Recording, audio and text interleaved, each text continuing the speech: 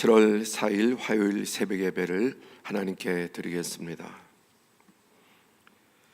여호와께서 내 음성과 내 간구를 들으심으로 내가 그를 사랑하는도다.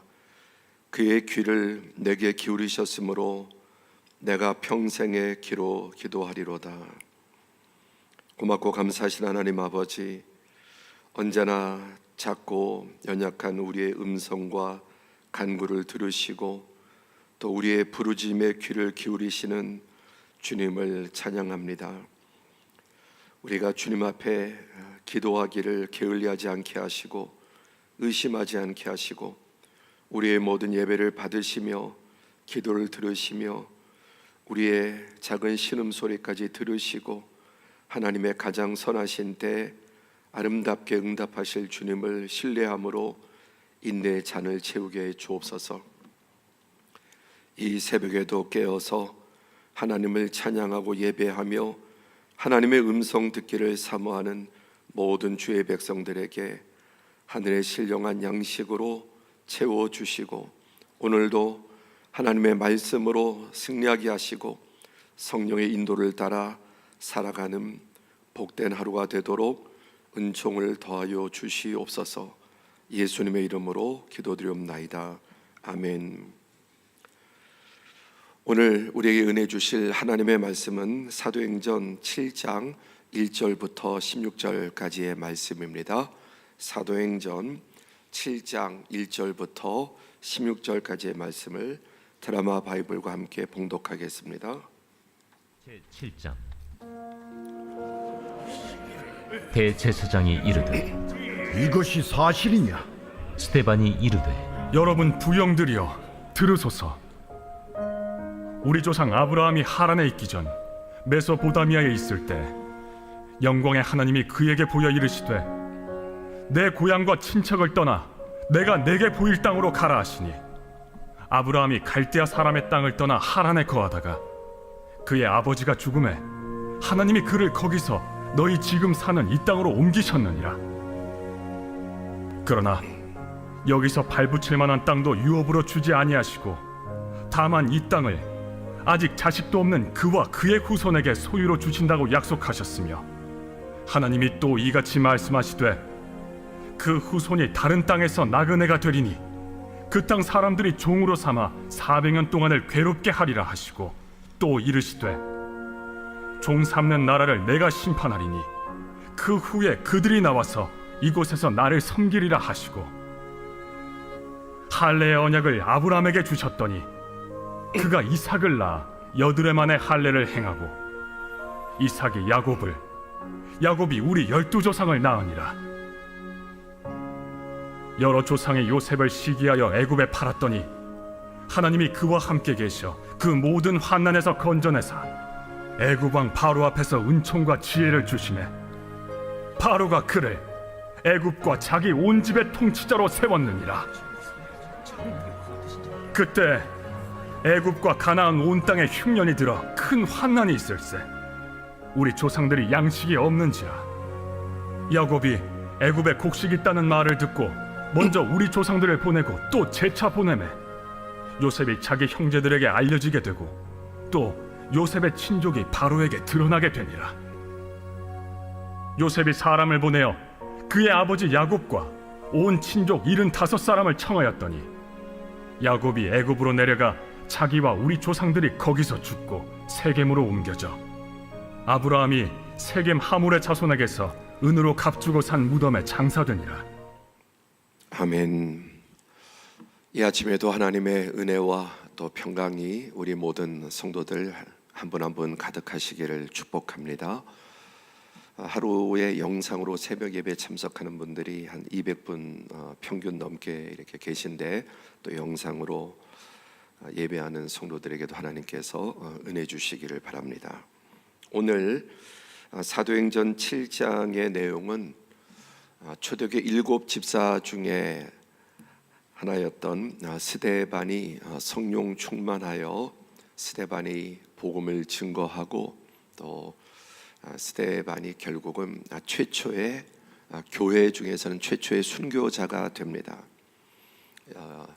예수님 다음에 최초의 순교자는 성도 가운데 교회 순교자는 1번이 스데반입니다. 그런데 이 스데반은 사도가 아니었죠. 베드로와 12사도가 아니라 7 집사 중에 하나였던 스데반이 최초의 순교자가 되는 이 영광을 보여줍니다. 왜냐하면은 절대로 순교는 아무에게나 주어지는 영광이 아니기 때문입니다. 사도행전 6장 5절에 보시면 초대교회 7명의 집사님이 선출이 됩니다. 이미 초대교회는 몇만 명의 성도가 순식간에 성령 강림 이후로 부흥하게 되었는데 그 중에 7명의 집사를 뽑았습니다.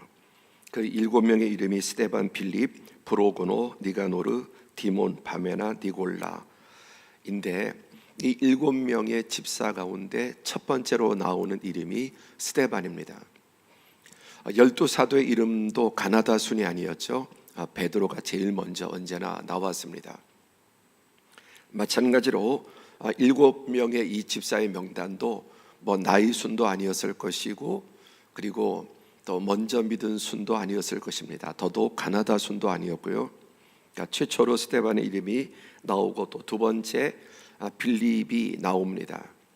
그래서 이 스데반과 빌립은 사도행전에 그들의 이름과 또 그들의 활동이 기록되어 있습니다. 또 안타까운 것은 12제자 중에도 가룟 유다가 있었던 것처럼 7 집사 가운데 한 명 니골라는 제일 끝에 나옵니다. 이름이. 그리고 가룟 유다도 이름이 제일 끝에 나옵니다. 역시 가나다 순이 아니라 제일 끝에 넣은 이유가 있는 거죠. 니골라도 7 집사 중에 뽑혔지만은 제일 끝에 이름이 나옵니다. 일부러 끝에 배치한 거죠. 베드로도 제일 앞에, 스데반도 제일 앞에 배치했습니다. 우리는 결코 누구와 경쟁하지 않죠. 우리는 성도끼리 그리스도인끼리 경쟁하지 않습니다. 어느 집사님보다 어느 교구보다 누구보다 잘하려고 하는 경쟁은 성령으로부터 나온 경쟁이 아닙니다. 하나님 앞에 받은 은혜를 가지고 내가 하나님 앞에 최선을 다하는 거죠. 나는 나와 경쟁하지 누구와도 경쟁하지 않습니다. 그러니까 교회 안에서 어떤 인간적인 경쟁심을 가지고 열심을 내는 것은 아름답지 않습니다. 그 동기가 선하지 못합니다.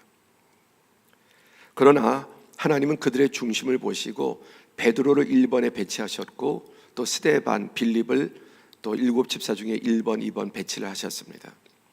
그리고 가룟 유다는 버림받았고 니골라는 이제 이단에 빠져버립니다. 그래서 12지파 중에도 탈락이 있고 12제자 중에도 탈락이 있고 7 집사 중에도 탈락이 있습니다. 우리는 언제나 하나님 앞에 두렵고 떨리는 마음으로 정말 이러한 아담같이 또 첫 번째 아들인 가인 또 첫 번째 아들인 에서 12제자 중에 하나였던 이들 가운데 계속해서 버림받은 자들이 있었다고 하는 걸 생각할 때 두렵고 떨리는 마음으로 내가 하나님의 백성 된 것이 따놓은 당상이다 이렇게 과도한 그런 믿음을 갖지 않는 게 좋습니다. 늘 두렵고 떨리는 마음으로 너희 구원을 이루라고 말씀하셨습니다. 그리고 우리는 위대한 신앙인을 본받으려고 노력해야 합니다. 전심전력해야 합니다. 주변에 누구와 경쟁을 하는 그런 식의 신앙은 아름답지 못하지만 위대한 하나님의 사람들을 보면서 본받고 배우고 따르려고 하는 자세는 필요합니다. 사도행전 전체는 성령을 받은 사도들과 또 그리스도인들의 사역을 기록했다고 말씀했죠. 그게 사도행전 전체 주제입니다. 성령을 받은 사도들이 어떻게 변화되었는가, 성령을 받은 그리스도인들이 어떻게 변화되었는가, 그리고 이 모습은 바로 우리가 성령 충만을 사모해야 될 진짜 이유입니다. 그런데 유감스럽게도 성령 충만을 사모하는데 그 동기가 사도행전적이 아닌 경우가 많다. 성경적이지 않은 경우가 많이 있다. 그래서 우리는 다시 한번 또 사도행전의 말씀을 통해서 진정한 성령 충만이 무엇이고 또 성령 충만은 어떻게 나타나는가 삶으로 이런 것을 보고 배우게 되는 것입니다. 자, 사도행전 6장 8절에 보면은 스데반이 은혜와 권능이 충만하여 큰 기사와 표적을 행했다고 말씀합니다. 12사도가 아닌데, 그러니까 7 집사 중에 하나인데 은혜와 권능이 충만했다. 은혜가 충만한 사람, 은혜가 충만한 게 먼저죠. 어떤 다른 것보다 은혜가 충만한 사람, 저 우리 모든 성도들이 은혜가 충만한 사람이 되기를 바랍니다. 예. 근데 어떤 사람은 율법으로 충만한 사람, 은혜는 별로 충만하지 않고 그냥 일에만 충만한 사람, 그게 꼭 성령의 열심이라고 할 수 없죠. 그러니까 자기 열심일 수도 있습니다. 인간적인 동기로 할 수도 있습니다. 그러니까 무조건 열심히 한다고 하나님의 일이 되는 건 아니에요. 다 하고도 내가 너를 모른다고 주님께서 말씀하실 수 있습니다. 한번 같이 해보죠. 은혜가 충만한 사람, 하나님의 은혜가 충만한 사람은 그 삶에서 하나님의 은혜가 반사되어서 나오죠. 하나님의 은혜가 가득 담기면 그 은혜가 그의 말과 그의 삶과 또 그의 모든 표정과 그의 행동을 통해서 은혜가 흘러나오는 것이죠. 과연 내 삶에서는 은혜가 흘러나오는가? 성령 충만한 것은 은혜가 충만한 사람이에요. 성령 충만한 사람이 은혜가 충만해야지. 좀 이상한 성령 충만한 사람 중에 약간 이상한, 심지어는 죄송하지만 무당 같은 사람도 있거든요. 아주 잘못된 것입니다.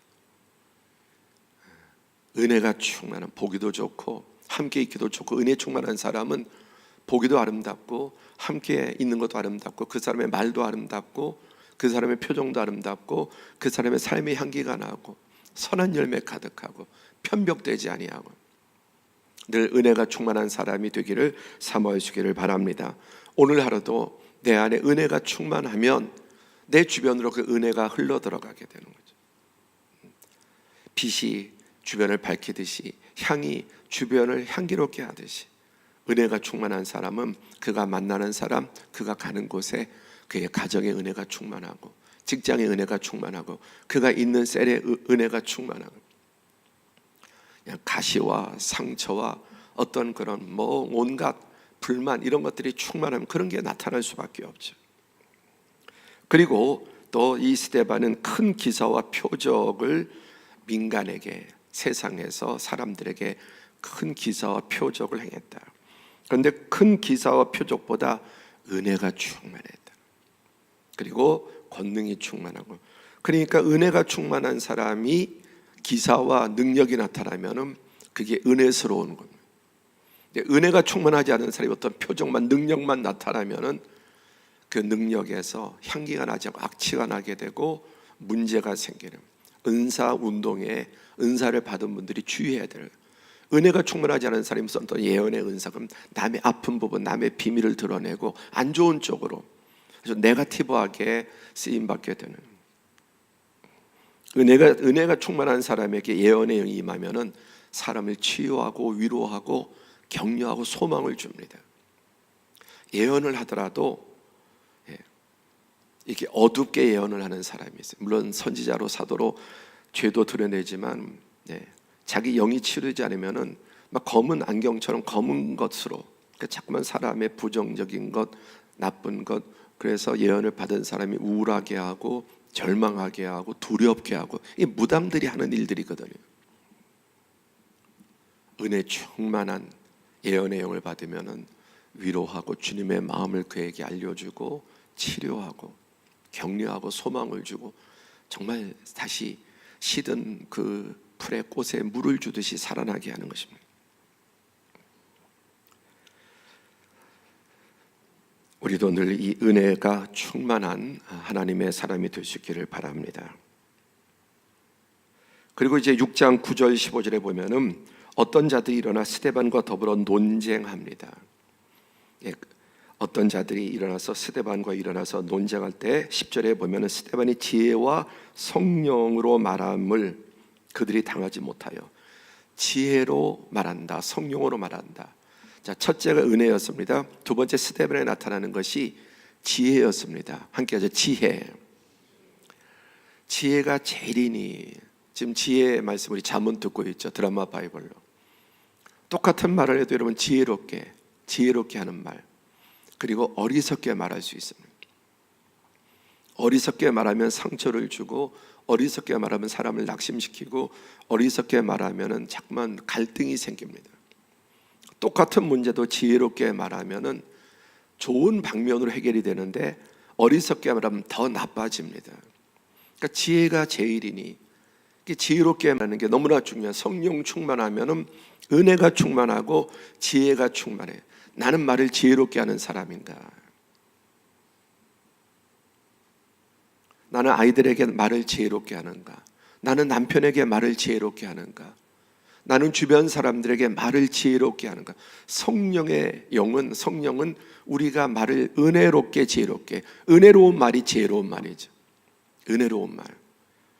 근데 성령이 충만하지 못하면 어리석게 말합니다. 옳은 말을 어리석게 말하면 악한 말이 돼요. 전혀 교정이 되지 않고 더 악화시킵니다.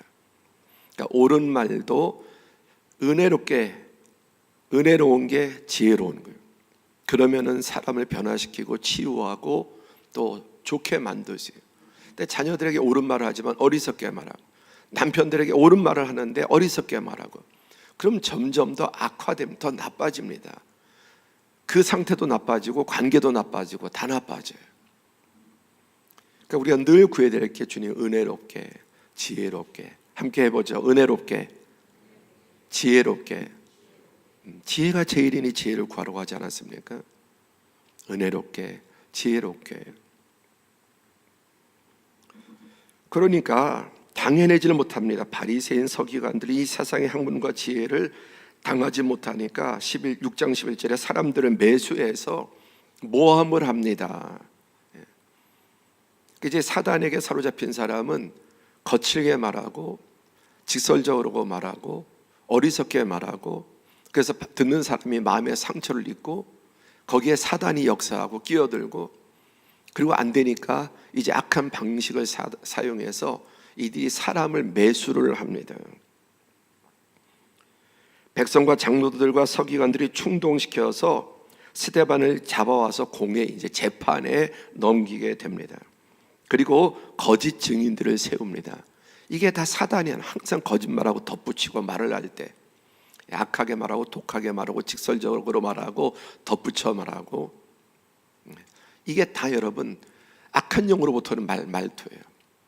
직설적으로 악하게 독하게 거짓말하고 막 과장해서 말하고 덧붙여서 말하고. 교회 안에서도 늘 이런 말들, 말을 그러니까 세게 하는 거, 악하게 하는 거, 독하게 하는 거, 덧붙여 하는 거, 이게 다 성령 충만하지 못한 자들의, 이게 사단이 그 말을 사용해서 치유되거나 고쳐지지 않고 더 병들고 더 상처 있고 관계 깨지고, 사단이 그것을 가지고 온갖 악한 역사를 불을 지르고 다니는 것입니다. 거짓 증인들을 세우고 사람들을 매수해서 이런 일들을 하게 됩니다. 그래서 이제 이 상황이 1절로 넘어오면은 7장 1절에 대제사장이 이르되 이것이 사실이냐. 이 대제사장이 그야말로 이제 그 대법원의 최종 재판관입니다. 이때 대제사장은 안나스, 가야바, 그 집안의 문종 제사장 가문 안나스가 제일 꼭대기에 있고 그의 사이 가야바, 이 제사장 그룹이에요. 그러니까 이게 레위 지파지 않습니까? 레위 지파의 제사장들, 이들을 크게 말해서 사두개인이라고 합니다. 이 제사장 그룹을. 바리새인 그룹은 이제 성경 학자들, 제사장이 아닌, 근데 권력을 이 사두개인들이 쥐고 있었어요. 그런데 이들이 어떻게 권력을 쥐고 있었냐? 로마와 결탁해서, 그러니까 돈을 주고 로마와 결탁해서 로마의 총독 황제로부터 대제사장 가문을 하나님께로부터 인정받은 게 아니라 로마 황제에게 이 제사장 가문을 정통성 인정받고 임명이 되는 겁니다. 그러니까 매간매직한 거죠. 하나님이 임명한 대제사장 가문이 아니라 로마 황제에게 돈 주고 산, 부패한, 그러니까 쉽게 말해 사단에게 산 대제사장직인 겁니다. 직분은 하나님의 대제사장인데 실체는 마귀로부터, 사단으로부터 그 대제사장 직분을 돈 주고 산 것입니다. 그러니까 하는 짓이 뭐냐면은 돈 주고 매수하는 거예요. 거짓말하고 거짓의 아비, 탐욕의 아비, 그리고 살인의 아비, 마귀로부터 이 제사장 직을 받은 것이기 때문에 그 제사장 직을 가지고 하는 게 탐욕이고 사람들 죽이고 모함하고 그러기 위해서 온갖 거짓과 매소와 권력을 가지고 사람들을 또 병들게 하고, 그러니까 성전에서 장사한 사람들 있죠. 바로 이 사두개인들의 하수인들입니다. 하나님께 제사하는 것을 이용해서 백성들의 돈을 뜯어먹는 거예요. 시장보다, 시장에서 10,000원에서 살 수 있는 양이면 이들 제사장이 파는, 도장이 찍힌 이 양은 10만 원, 10배 이렇게 해서 하나님께 드린 제사를 이용해서 백성들의 고요를 빨아먹는 자들. 그러니까 돈이 많죠. 돈을 가지고 매수하고 모든 것이 돈의 힘과 권력의 힘으로 일을 하는 것입니다.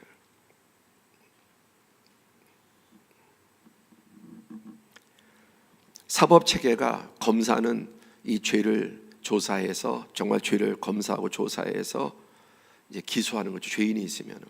그런데 여러분 어떻습니까? 이 검사들이 권력의 하수인이 되어서 없는 죄를 만들어내는, 역사상 얼마나 여러분 이런 검사의 직을, 머리 좋은 사람, 최고 공부해서 검사 되기가 하늘의 별따기인데, 이 검사의 직을 가지고 권력의 아부 노릇을 하는, 권력의 주구, 권력의 개 노릇을 한다 그러지 않습니까? 일제시대 때 검사들, 저 북한의 검사들, 우리나라 역사 속에서도 여러분 검사가 정의를, 공의를 행하는 게 아니라 권력의 아부에서 권력을 얻기 위해서 권력자 입맛에 따라서 없는 죄도 만들어내고 있는 데 덮고, 지금 이 시대도 여러분 얼마나 그런 일들이 사실은 벌어지는지 몰라요. 이게 모든 역사 속에서 언제나 있는 일이에요. 지금 당장 그걸 떠나서 역사 속에서 권력자의 편에 붙어서, 변호사는 어떻습니까? 연약한 자, 억울한 자의 그 억울한 누명을 풀어주는 게 주 목적이죠. 그런데 정말 죄가 있는 자의 죄를 덮어요. 그 현란한 머리를 가지고, 그렇게 어렵게 공부해서 현란한 머리를 가지고 죄인들의 죄를 덮어요. 억울한 죄를 풀어주는 게 주 목적인데, 그래서 미국에서 가장 인기 있는 변호사들은 유대계, 머리가 비상해요. 유대계 변호사들은 훨씬 더 변호사 수임료가 높아요. 그래서 유대계 변호사들을 되게 선호합니다. 왜? 그들은 또 힘이 있어서, 카르텔이 있어서 아주 재판에서 승소율이 높습니다. 근데 억울한 걸 풀어주는 일이라면 좋지만은, 유명한 미국의 심슨 사건이라고, 영웅적인 미국의 그 미식축구 선수, 아내를 잔인하게 살해했는데도 완전히 무죄예요. 초호화 변호단을 가지고 잔혹하게 아내를 명백하게 살해했는데도 불구하고 무죄를 받아내. 이 변호사들이 너무너무 머리가 좋은 거예요. 초호화 군단을 꾸려서. 그래서 우리도 힘 있는 사람들은 변호사를 꾸려서 어떡합니까? 죄가 엄청나게 많은데도 무죄 받아내는 거예요. 지금도 보면 여러분, 변호사, 법조계 고위직들 출신이 무죄, 줄줄이 무죄 나오는, 돈 없으면 유죄 나오고. 근데 판사는 뭡니까? 판사는 이 법조계 최고 끝에 궁극적으로 아무리 검사가 농간을 부리고 아무리 변호사가 농간을 부려도 최종적으로 판사가 재판을 잘하면 되는데, 판사도 여러분 썩고 부패하고 재판 거래하고, 지금도 우리 그 대법원장이 이제 또 기소돼야 될 이런 상황들, 이게 역사 속에서 어떤 특정한 시대가 아니라 인류 역사 시대에 늘 이런 일이, 마지막 공의의 보루인 하나님을 대신한 이 재판, 판사, 변호사, 검사들이 부패한 시대가 여러분 언제든지 역사 속에, 물론 모든 사람들이 다 그런 것은 아니지. 여기 보세요. 대제사장이 이르되 이것이 사실이냐? 사실이 아닌 것을 알면서도 썩어 부패했기 때문에 이 가야바, 그리고 말씀드린 대제사장의 집안들, 불의한 집단이 돈을 매수해서 그렇게 거짓 증인을 세우고, 판사가 왜? 자기 이득을 위해서. 그러나 성령 충만한 스데반은 어떠합니까? 2절에 보십시오. 성령 충만한 사람, 아까 은혜가 충만하다고 그랬죠. 스데반이 이르되 여러분 부형들이여, 얼마나 이것이 썩어 여러분의 썩고 정말 부패한 악한 모든 것을 알지만 스데반의 태도를 보세요. 여러분 부형들이여, 내 형제들이여, 온유한 말을 하네. 이 악에 바친 자들에 대해서 같이 악이 바쳐서 싸우는 게 아니라 여러분 부형들이요. 지난 주일 이 부부간에도 다람쥐 쳇바퀴들이 똑같은 문제를 부부들이 똑같이 서로 거칠게 말하고 어리석게 말하고 악이 바치고 점점 더 속도가 빨라지고 강해지고,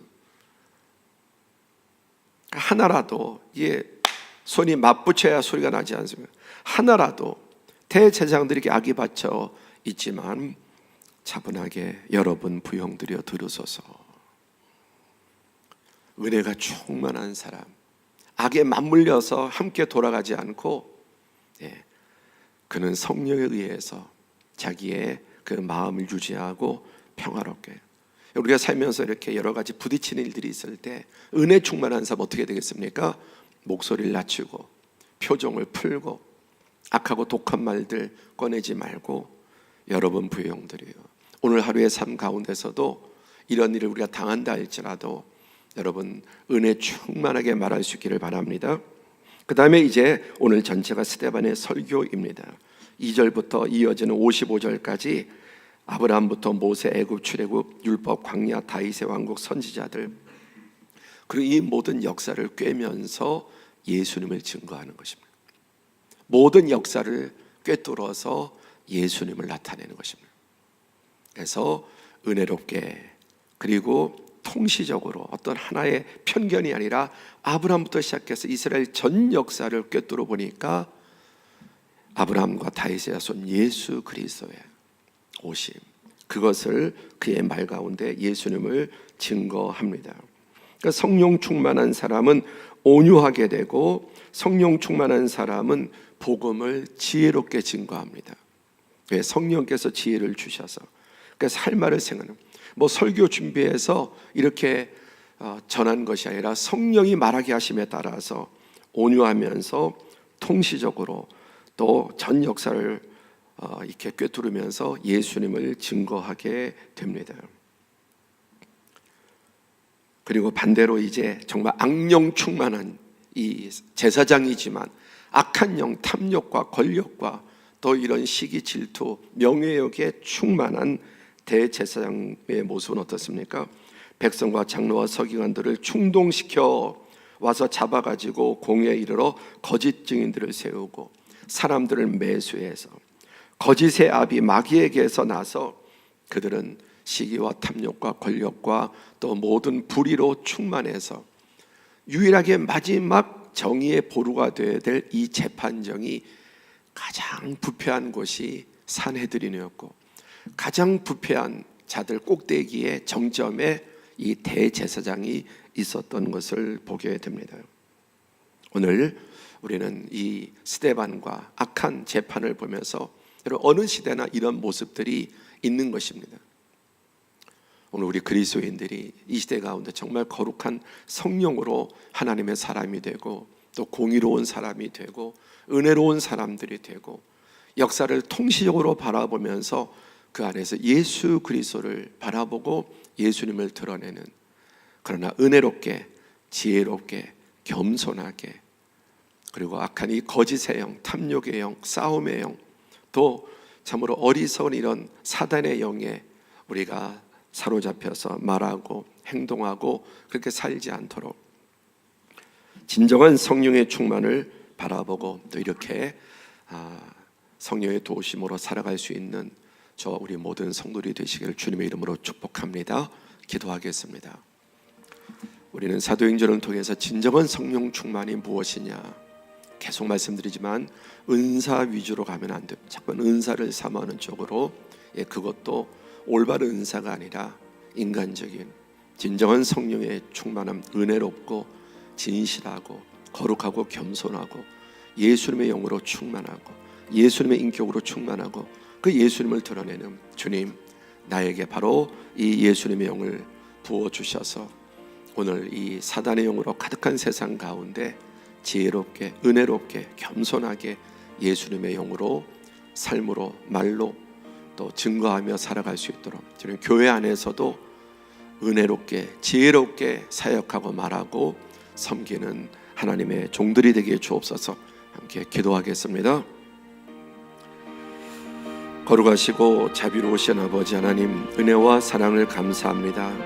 계속해서 사도행전의 말씀을 통해 성령 받지 못한 사도들의 모습이 어떠했는지, 또 성령을 받은 이후에 사도들의 모습은 어떻게 변화되었는지, 사도뿐만 아니라 사도들이 아닌 일반 평신도들도 또 일곱 집사님들 가운데 이렇게 첫 번째로 꼽히는 스데반과 빌립이 그들이 성령 충만하여 어떠했는지 백성들에게 칭찬 듣고 지혜로운 아버지 하나님 일곱 집사를 뽑혔다고 말씀했습니다. 성령 충만하면 은혜로운 사람이 되고 지혜로운 사람이 되고 성령의 9가지 열매를 맺어 사랑과 참으로 온유와 자비와 양선과 충성과 아버지 하나님 절제의 사랑